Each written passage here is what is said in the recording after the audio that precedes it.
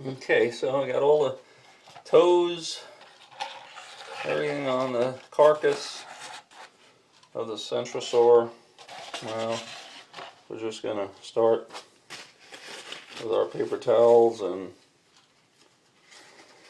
our paper mache to wrap it.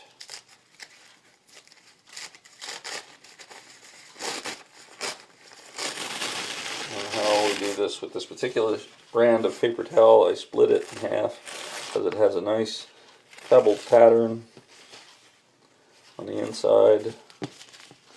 And since, this is the preliminaries, I'm kind of just, I'm interested in getting it covered so that it gets hard. I have my goop here that was already mixed up. I'll cover the paint it on the inside.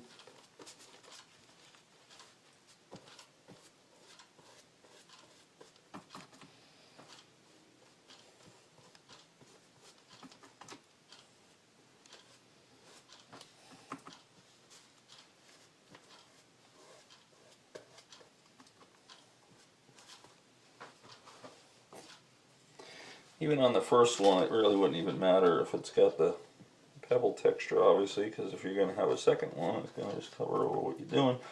So if you wanted to go with some other kind of paper, I just find that paper towels are really good simply because they're very flexible and they give you a suggestion of how the skin would lay when you put it down on the animal.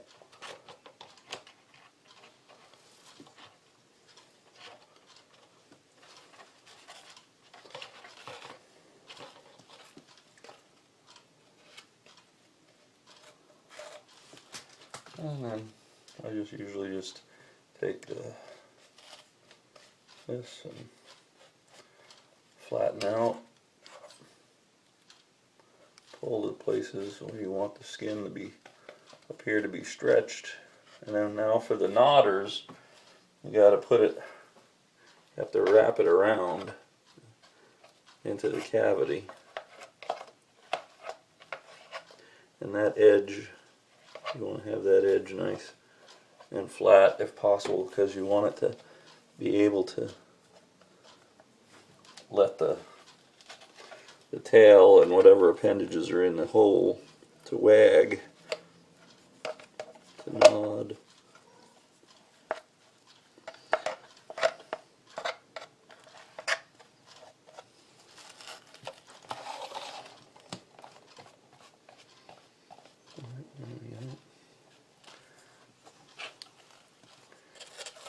Front.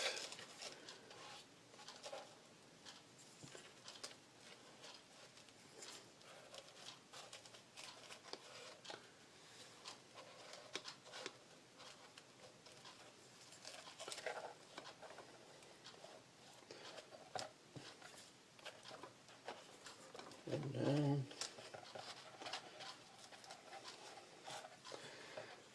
If you see something that's going funky on this coat, you don't really have to worry too much, because you're going to be able to finish it off when you put second coats on.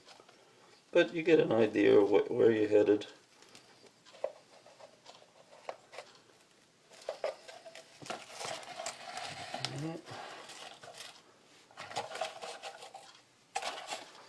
Now, with styrofoam, sometimes it pays to pre-dope the styrofoam with a little bit of the goop,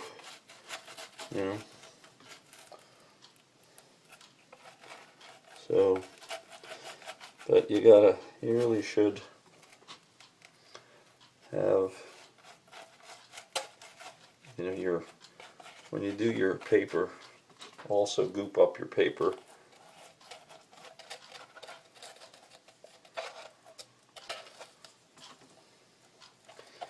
We'll see how far in this instance we get with the leg. I'm not going to do the toes, I always do them as a secondary.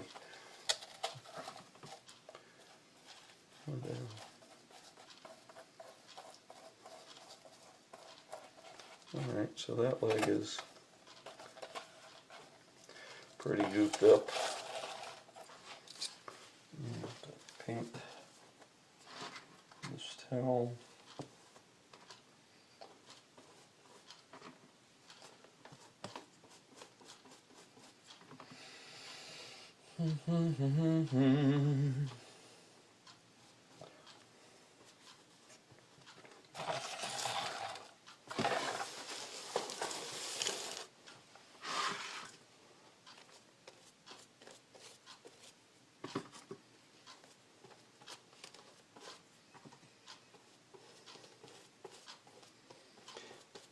Painted on there.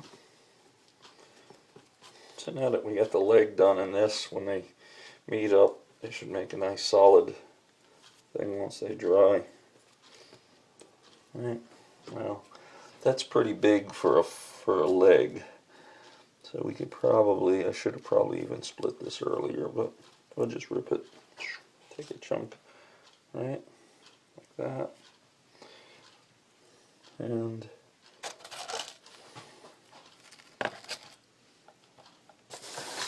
get that out of the way.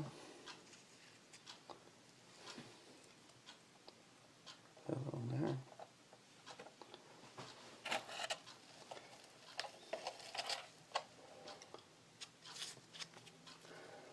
Okay.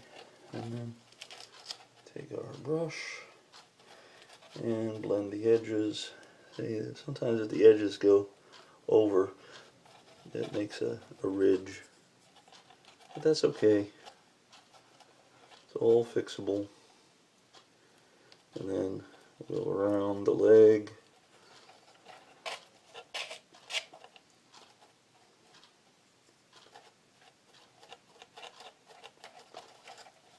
Right. Around the leg, bring it back from the other side, and then there's a gap that we didn't have paper for, but that is okay too, because all we got to do, we had made plenty. Maybe what I'll do is just use one. I have a piece here. I'll just goop it up. I don't want it folding over on itself. That always is annoying. And the part of the leg that was open,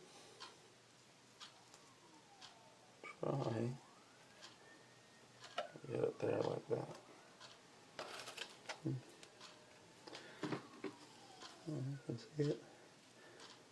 And then we just press it down to the gaps, and then this will be the belly starting to get done. Go around, and there's still a gap that needs to have a piece on it. We'll rip some of this.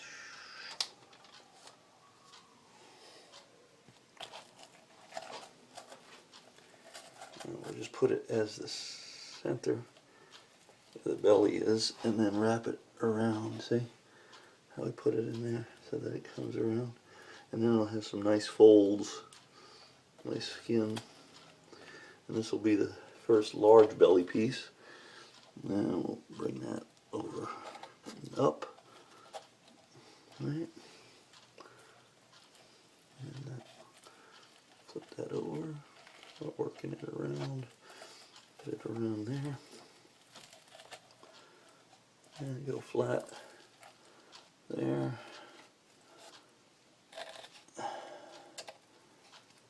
Okay, and then I'll wait for its belly piece, and that leg is really close to being pretty good. See how the leg is? Okay.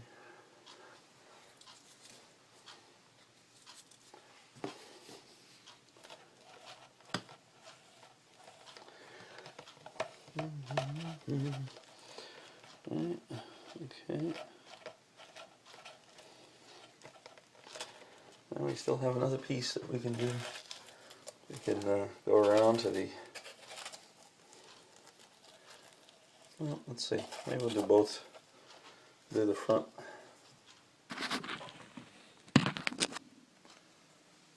This top leg. I mean, top leg. Front leg. As I said before, we'll fill it in with a little stuff to start it off. So that when we put the skin on it, it'll have something to stick to. And also fill in the styrofoam.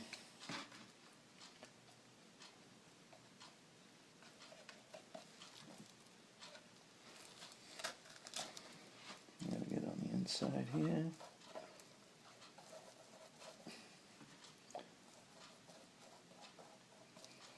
And again, we won't do the fingers. Okay. We have our piece here. Boop. Drop it down. It's like taxidermy in reverse, almost. Wrap it around.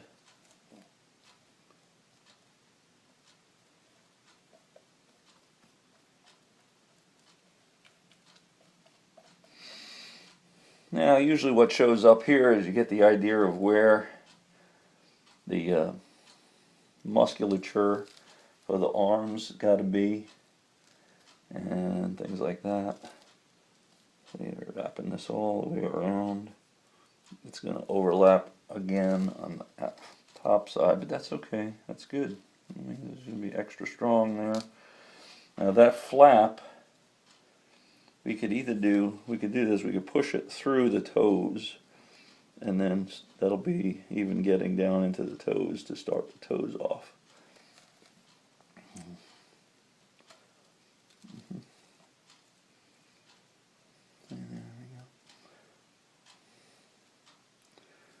And that little space here that we have that nothing went to, I want to get that filled in.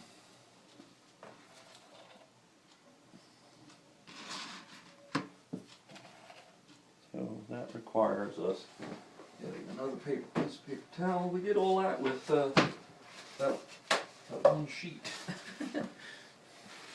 So, piece about yay big. I'm gonna make sure it has feathered edges on both sides, because whenever you put one on top of the other, if you have the edge as a factory edge on it, you can see it sometimes. Not all the time, and eventually it blends all in once you do. And then that's actually wide enough for that. We can do the entire piece, and we'll just thicken up everything that we're doing.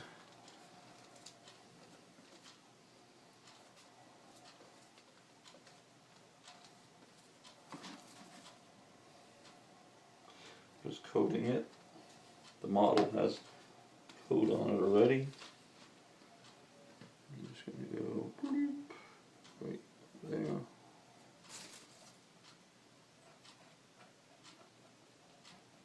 And then you just work it down.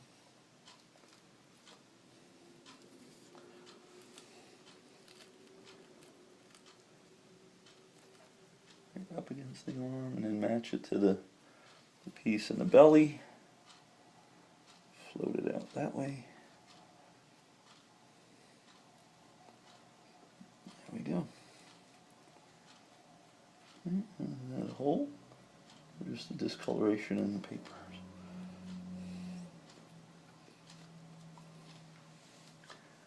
Right. Okay.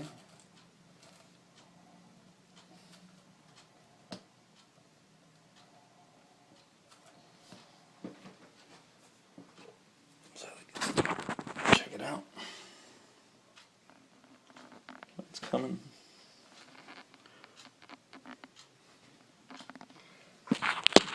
Seems like the camera will let me do 15 minutes, so we're at 14:50, so we might be signing off in just a second, and then I'll download it and we'll work on the other one. So I'm just going to do these now. Same thing, just start covering it over.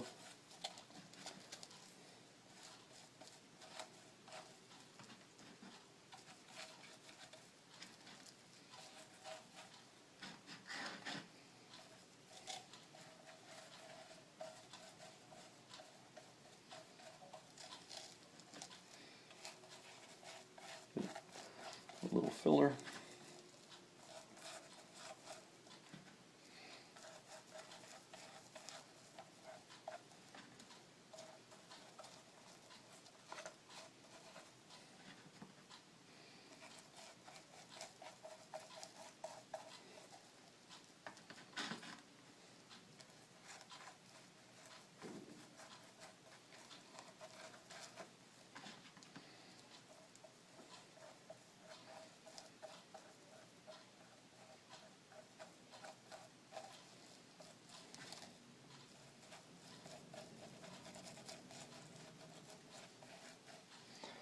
Alright.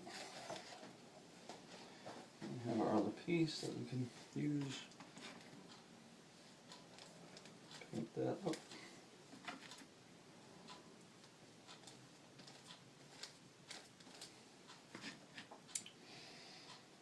Yeah, ceratopsians are interesting. I mean, the body shape, I'm sort of going off a Centrosaur, and they're interesting in that they have such diverse, really diverse. Sure.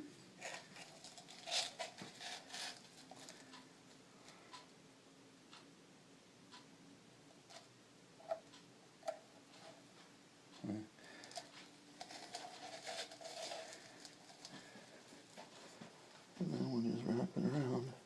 Diverse heads. Let me finish my thought there with that.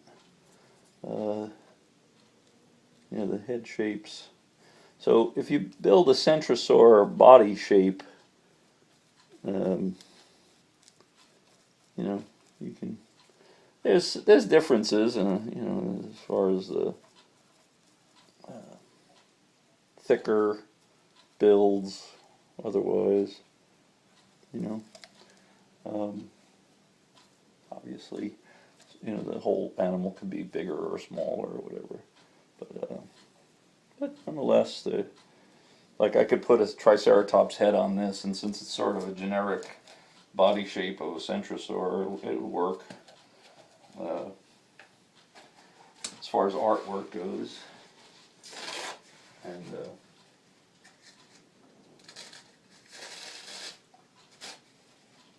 so the just makes it interesting. That's what I like about paleo art. I mean, you have all kinds of little controversies as to the places where the fat would reside or whatever. Granted, they get mummies and things like that that tell you exactly how it is. But it's almost when you know exactly. I guess that takes some of the poetry out of it. The fact that you can't now, you know that that's the way it's got to be, or at least it's always supposed to be that way. You know? There, yeah, you got us. You got us artists on that. But we still like making them cool. Yeah, I mean, in nature they're usually pretty cool anyway. But it's just what I'm getting at is the idea of lack of knowledge enabling creativity. If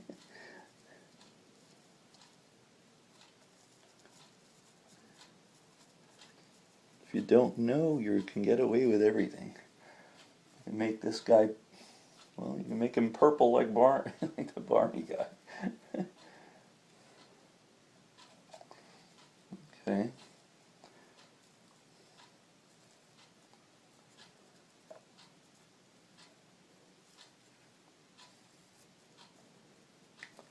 Sometimes you get bubbles where just because it's where the skin is hanging, and you may or may not want them there if it's making the thing look good. So, I don't know.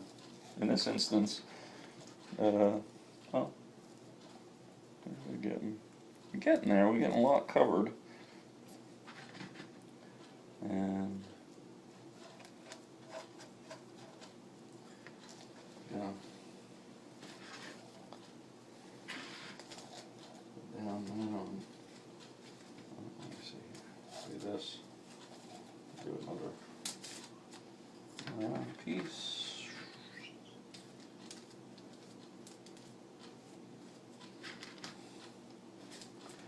Well, the fact that this is timing me is good because a lot of people always ask me how long this takes, and so far the building process and this wrapping process has taken me about a half an hour.